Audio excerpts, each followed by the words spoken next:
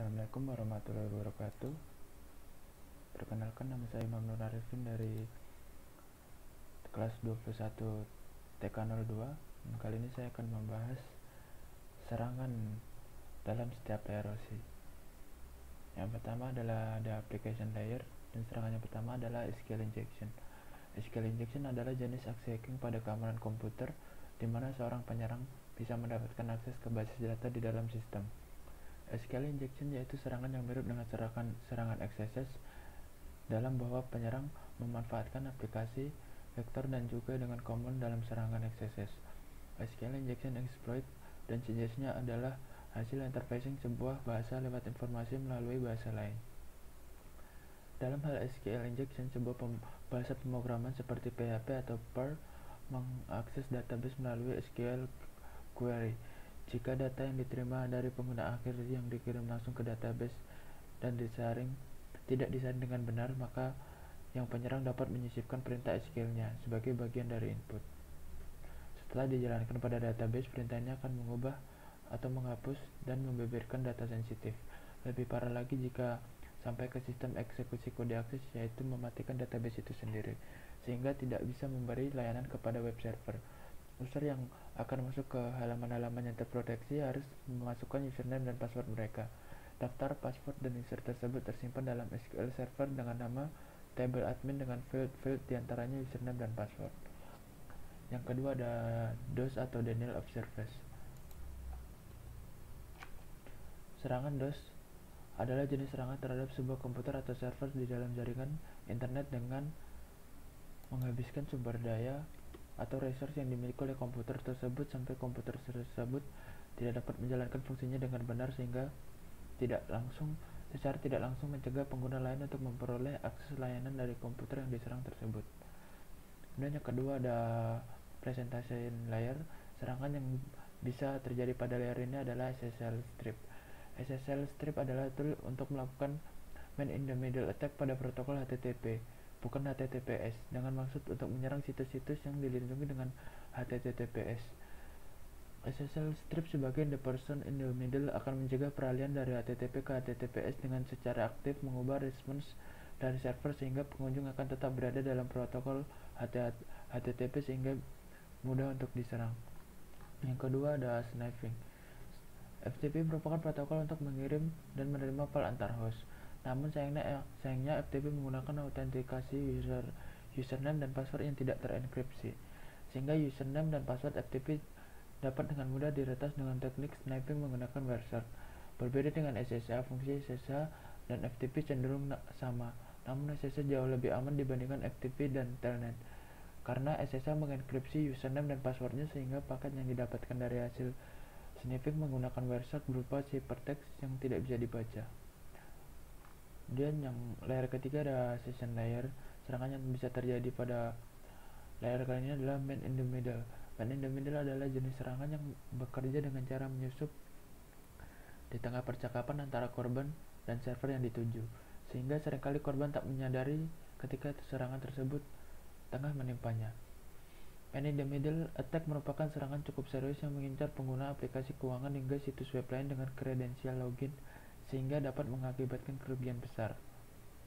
Kemudian yang kedua ada DNS poisoning, atau juga yang dinamakan DNS cache poisoning, adalah sebuah cara yang digunakan untuk menembus pertahanan ke sebuah sistem dengan cara memasukkan alamat IP yang salah yang berkaitan dengan host.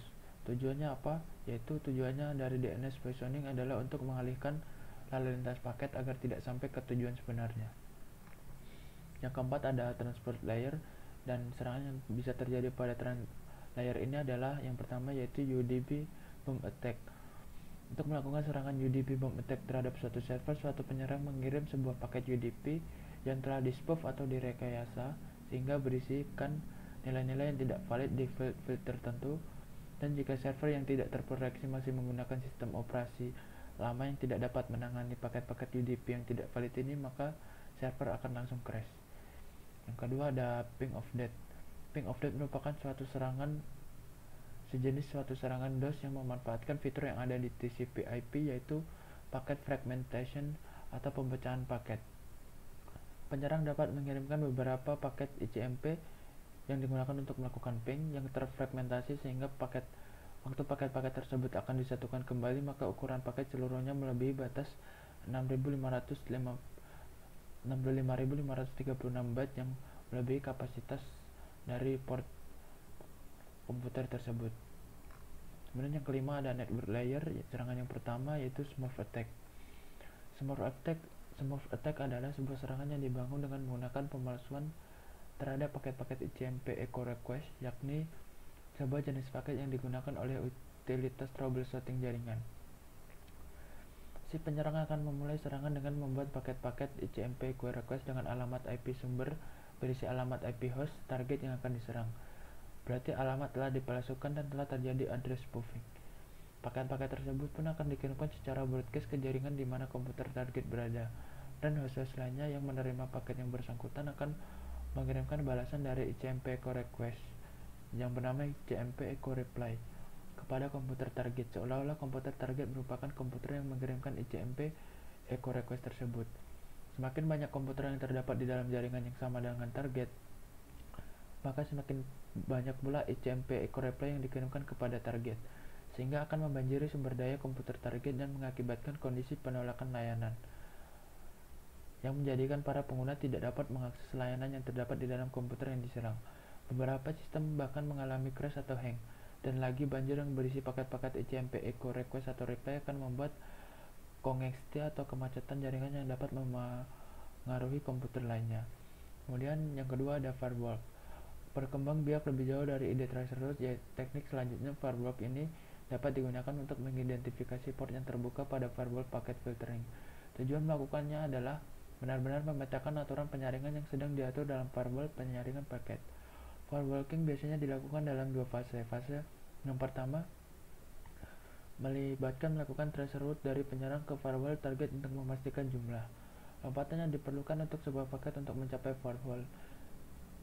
Selama fase pemindaian, nilai TTL dari paket akan ditetapkan ke satu lebih besar dari firewall dan dikirim ke host yang dikenal di balik firewall.